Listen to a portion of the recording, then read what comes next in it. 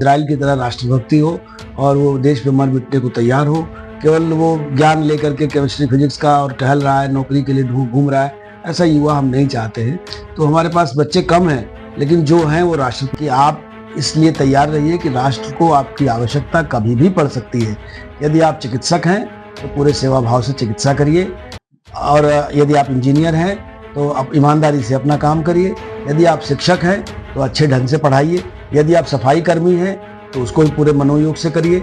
Internship का मतलब जो बच्चे बीकॉम करते हैं, अगर वो कहीं ट्रेनिंग करना चाहते हैं तो हम उनको इंडस्ट्रीज से हमारा टाई अप है, उनको भेजते हैं। बीबीए के जो बच्चे, जो कि बीबीए पहले वर्ष अभी शुरू हो रहा है, उन बच्चों का जब समय आएगा इंटर्नशिप का तो जरूर कराएंगे। और महाविद्यालय या जो कॉलेजेज हैं वो कहीं न कहीं व्यावसायिक होते जा रहे हैं और अपनी प्राचीन भारतीय संस्कृति को छोड़ते जा रहे हैं। हमारा उद्देश्य यही है, अगर हम लोगों को ध्यान से देखें अपना, तो लिखा हुआ टू सर्व ह्यूमैनिटी, मानव की सेवा ही हमारा उद्देश्य है।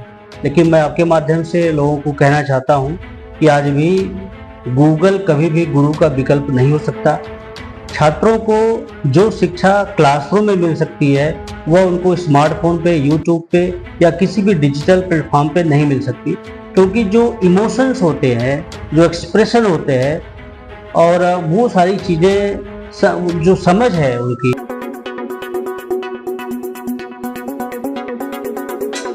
मैं साक्षाल, आप देख रहे जयदेश न्यूज। हम जैसा कि आपको बता दें कि संघ आंदोलन हिंदू महाविद्यालय के प्रबंधक राहुल सिंह सर हमारे साथ मौजूद है। हम वहाँ के जानेंगे क्या क्या विद्यार्थियों को क्या क्या सुविधाएं दी जा रही है और क्या क्या बदलाव हुए हैं। सर बहुत बहुत स्वागत है जयदेश न्यूज में आपको। बहुत बहुत धन्यवाद साक्षी जी। सर जैसे इस कॉलेज में कौन कौन से कोर्सेज हैं, क्या क्या उसके क्वालिफिकेशन है और कैसे विद्यार्थी इस कॉलेज में एडमिशन ले सकते हैं? ये कॉलेज 2010 से संचालित है और इसमें पहले बीएससी और बीकॉम केवल 2 विषय की पढ़ाई होती थी। इस वर्ष से बीबीए और बीए के कई कोर्स, प्राचीन इतिहास, इंग्लिश, हिंदी, अर्थशास्त्र, इस तरह से कई विषयों को इस बार ऐड किया गया है और उनका शुल्क बहुत कम रखा गया है, जिससे कि विद्यार्थी जो माइग्रेट होकर बाहर जा रहे हैं उसको रोका जा सके। और हालांकि अन्य महाविद्यालय भी हैं जो चल रहे हैं, लेकिन थोड़ा दूर होने की वजह से कई बार इस मुख्य रूप से लड़कियों को परेशानी होती है और महंगे महाविद्यालय में जाकर के उनको शिक्षा लेने में परेशानी होती है। जो middle class, lower middle class या ग्रामीण अंचल के जो परिवार हैं वो इतनी फीस अफोर्ड नहीं कर सकते।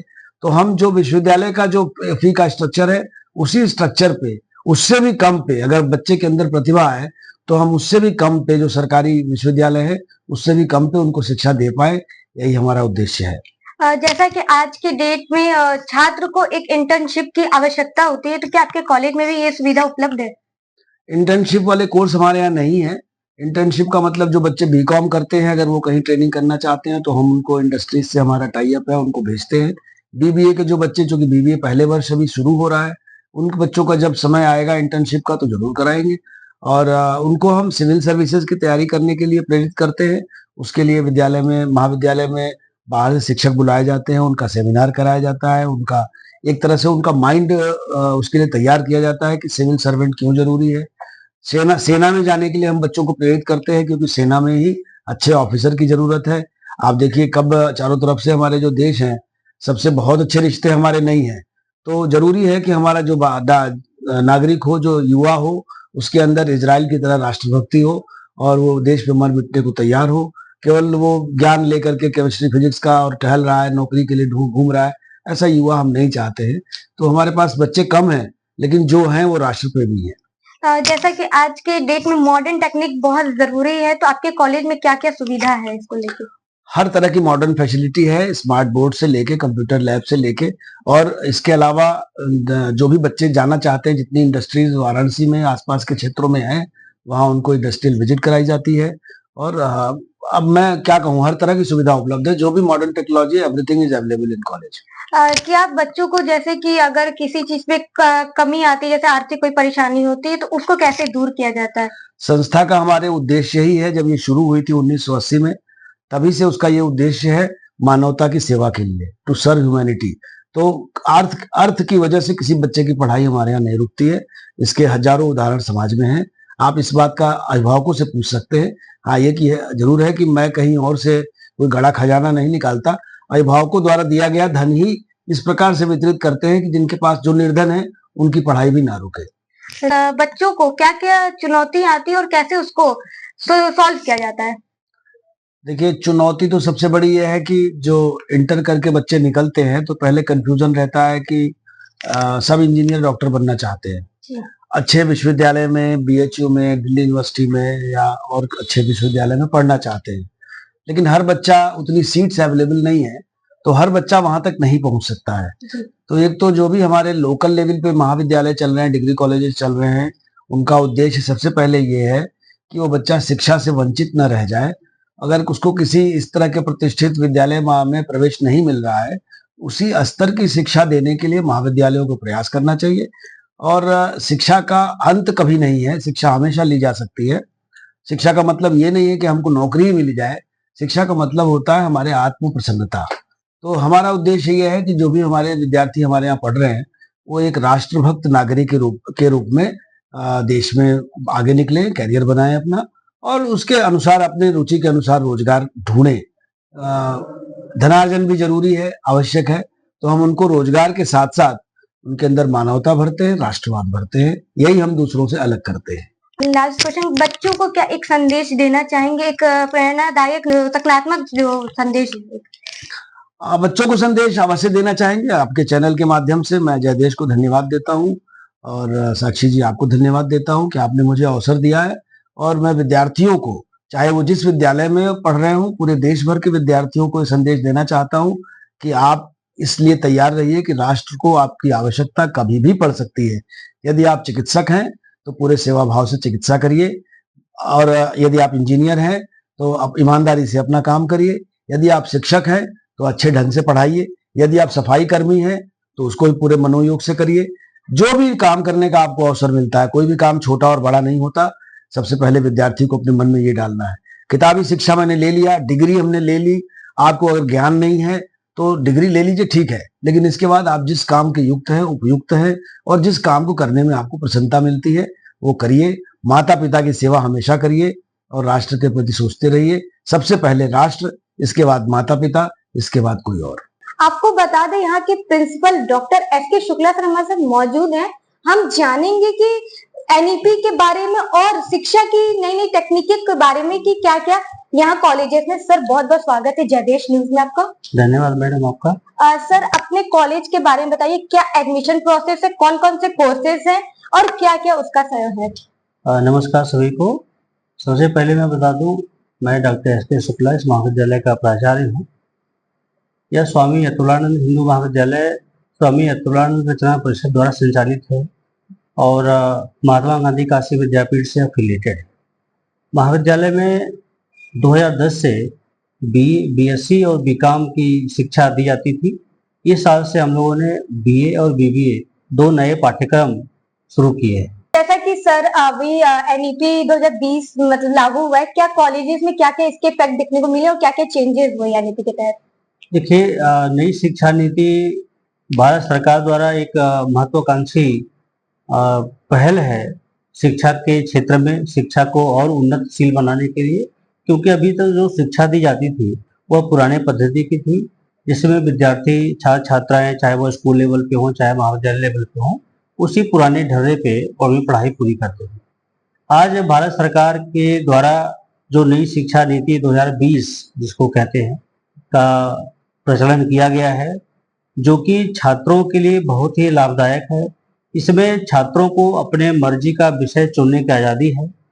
छात्रों को बेहद ही फायदा होगा अगर वो एनईपी के सही मायनों को समझे, क्योंकि इसमें छात्र छात्राएं अपने रेगुलर जो रूटीन ट्रेडिशनल कोर्सेज हैं उसके अलावा भी skill development courses, minors subjects ये सब पढ़ सकते हैं। और ये जो नई शिक्षा नीति है इसका मूल उद्देश्य ही यही है कि छात्र छात्राएं अपने रेगुलर कोर्सेज को करने के साथ साथ रोजगार परक शिक्षा का भी लाभ ले सके और भविष्य को उज्जवल बना सके।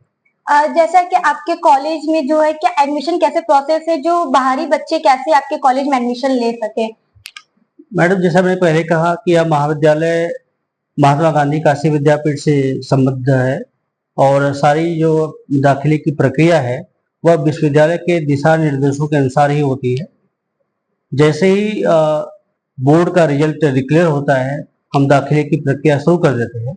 बच्चों को कॉलेज में आके फॉर्म लेना पड़ता है, एडमिशन फॉर्म लेना होता है, फॉर्म भरते हैं और उनको एडमिशन उनके मेरिट के आधार पे दिया जाता है।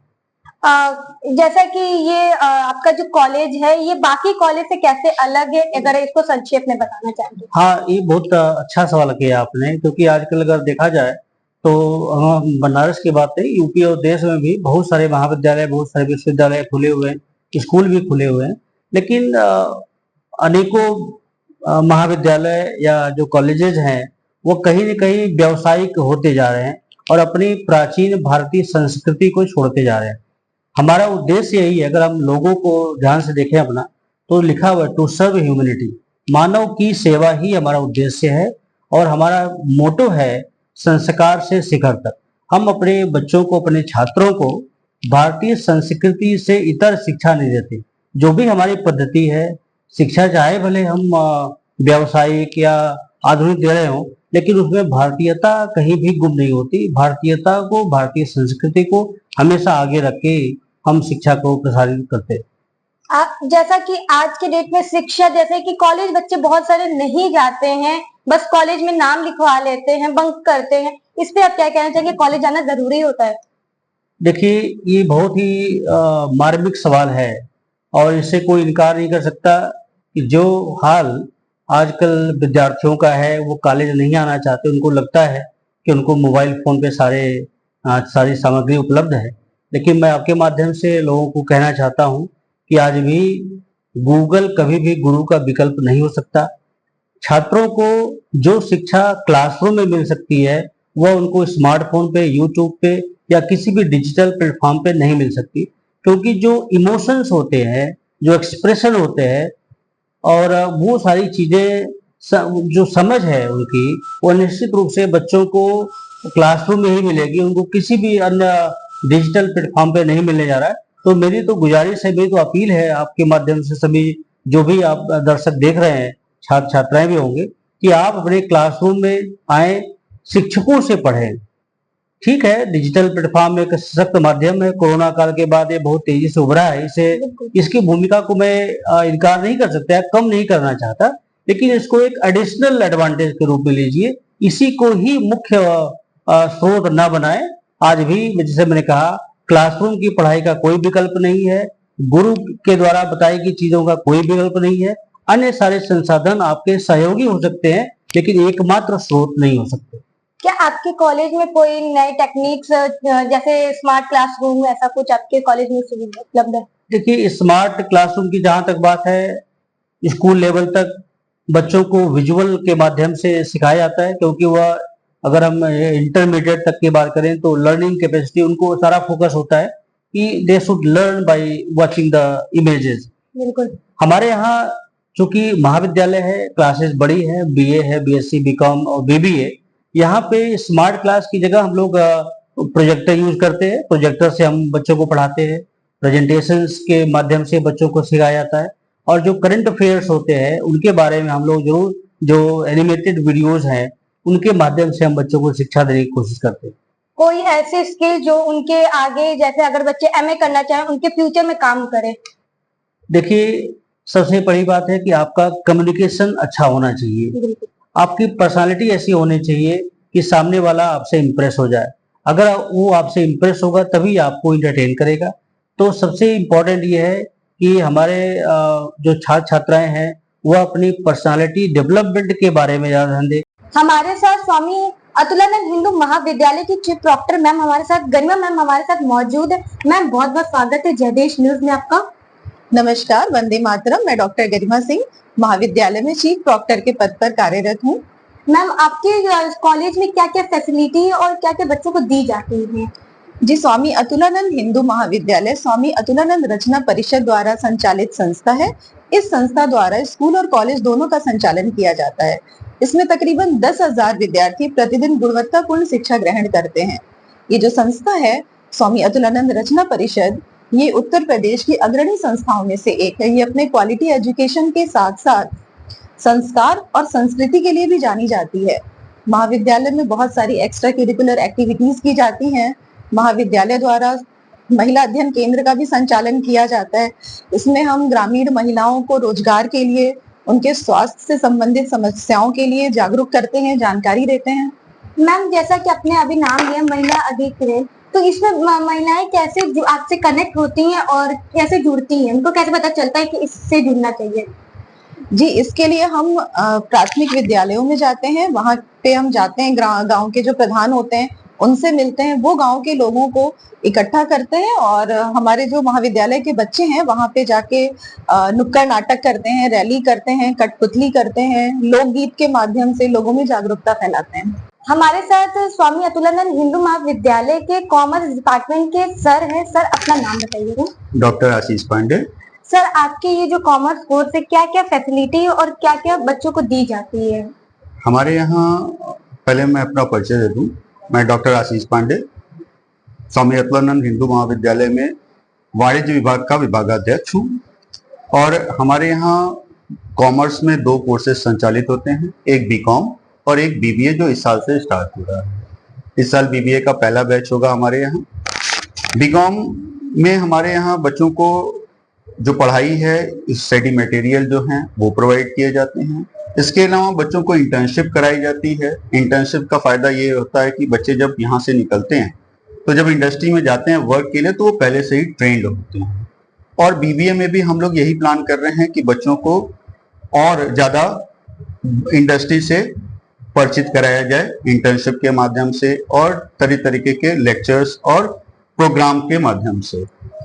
कॉमर्स के हेड होने के साथ साथ हम महाविद्यालय में संचालित उत्तर प्रदेश राजर्षि टंडन के स्टडी सेंटर के कोऑर्डिनेटर पद पे भी हैं, जिसमें 50 से अधिक कोर्सेज संचालित हैं, जो कि सर्टिफिकेट, डिप्लोमा, बैचलर डिग्री और पोस्ट ग्रेजुएट डिग्री में डिवाइडेड हैं।